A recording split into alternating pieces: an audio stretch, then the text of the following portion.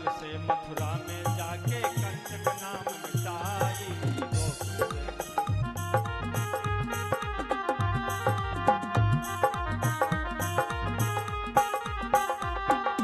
सौरंधी कुब्जा को जाके रूपवान बनवाई। सतिया गले लगाई हमरी काहे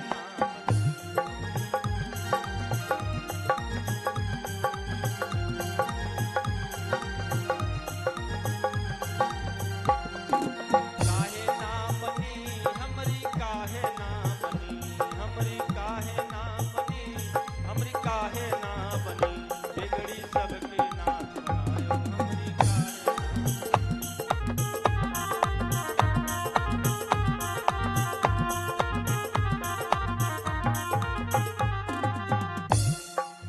बीच सभा में लाज जा रही द्रौपदी चिल्लाई।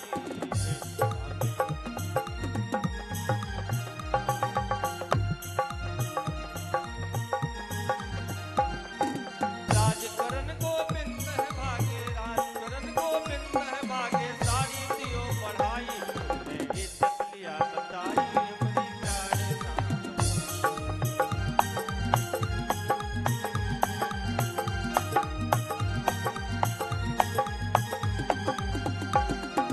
काहे ना बनी, हमरी काहे ना बनी, हमरी काहे ना, बिगड़ी सबके नाथ बनायो हमरी काहे ना बनी, बिगड़ी सबके नाथ बनायो।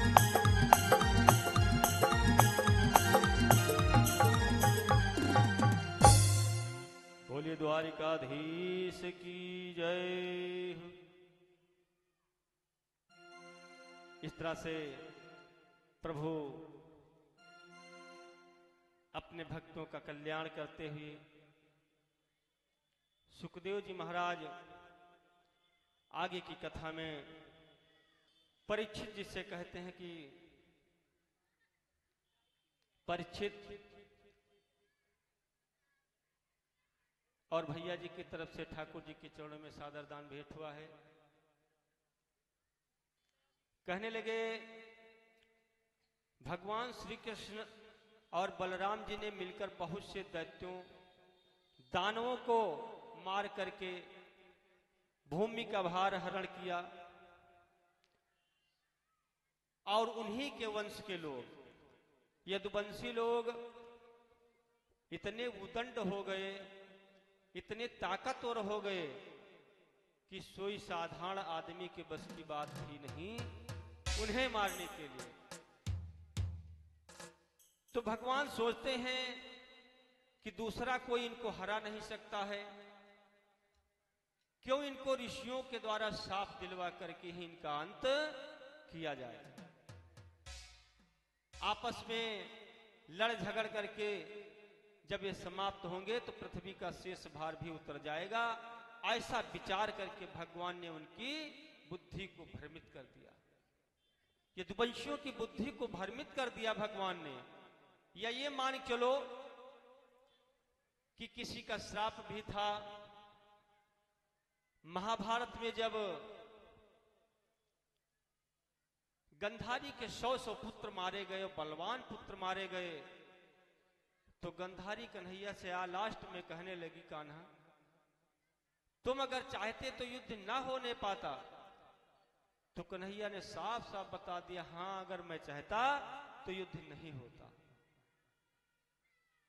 तो गंधारी कहा लगे फिर भी 5 के 5 पांडव जीते हैं और हमारे 100 के 100 पुत्र मारे गए, और ये जाओ मुझे श्राप देता हूं कि जिस तरह मेरे वंश का तुमने आज छिनंत कर दिया है, समाप्त कर दिया, इसी तरह से तुम्हारा भी वंश समाप्त हो जाए।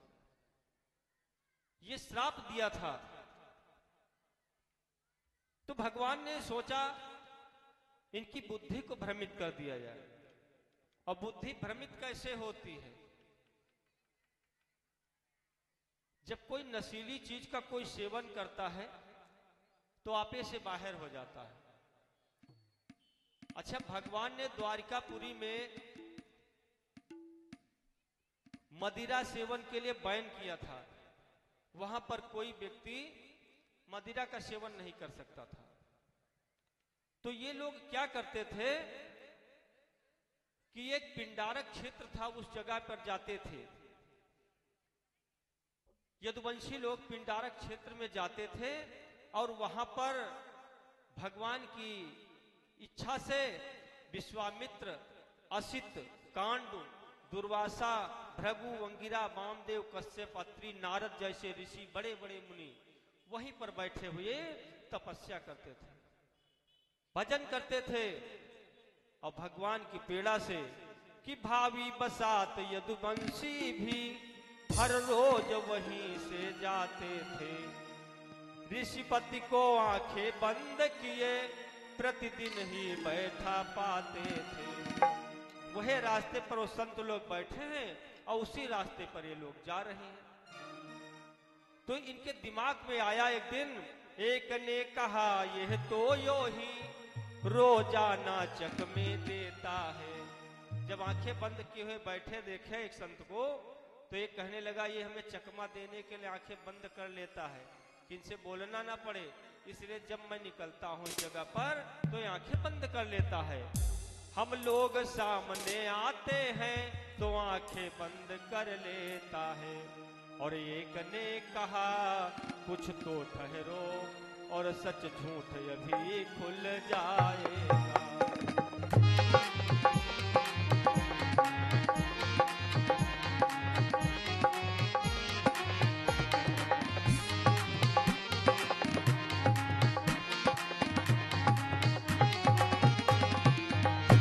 एक ने कहा तो कुछ ठहरो,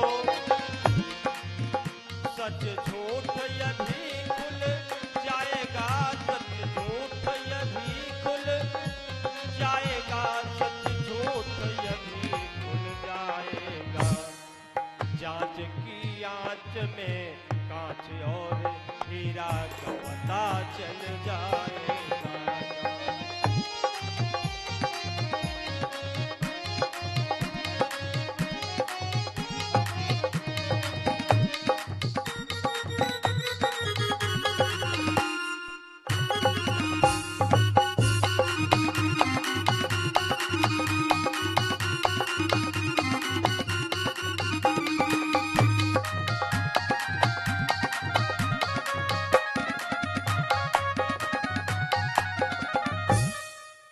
यदुवंशी लोग जब उससे निकलते हैं तो संत जी आंखें बंद किए बैठे थे, आपस में बात करने लगे कि हमें प्रणाम नहीं करना चाहते, हमसे बोलना नहीं चाहते, हमें देखना नहीं चाहते हैं, इसलिए आंखें बंद करके बैठे हैं।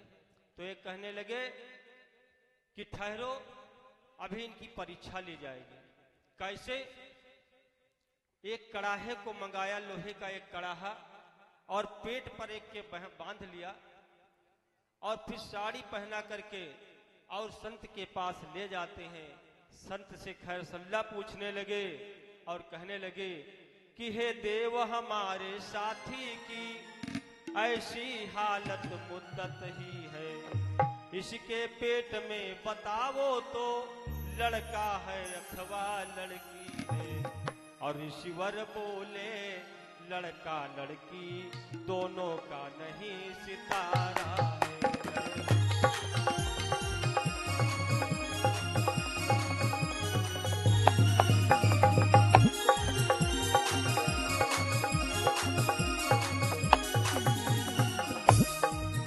ऋषिवर बोले लड़का लड़की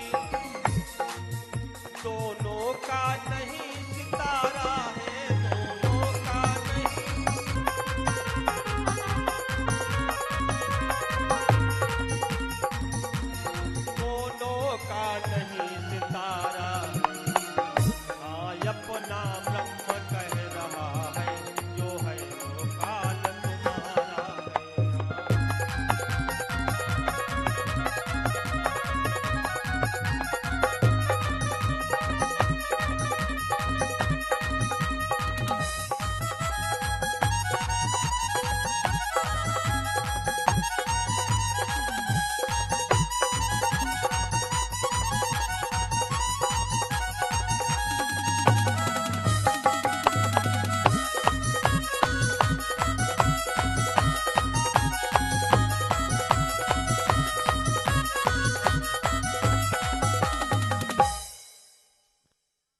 ऋषियों का ऐसा मजाक।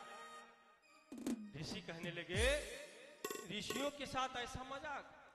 यदुवंशी लड़कों ने सांब के पेट पर एक कड़ाहा बांधा और ऋषियों के पास जाकर के पूछने लगे, ब्राह्मण, इस सुंदरी के गर्भ में क्या उत्पन्न होगा?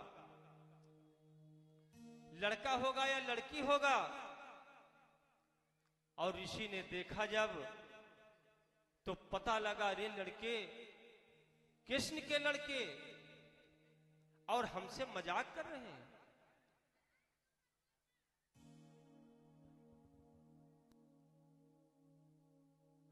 और भैया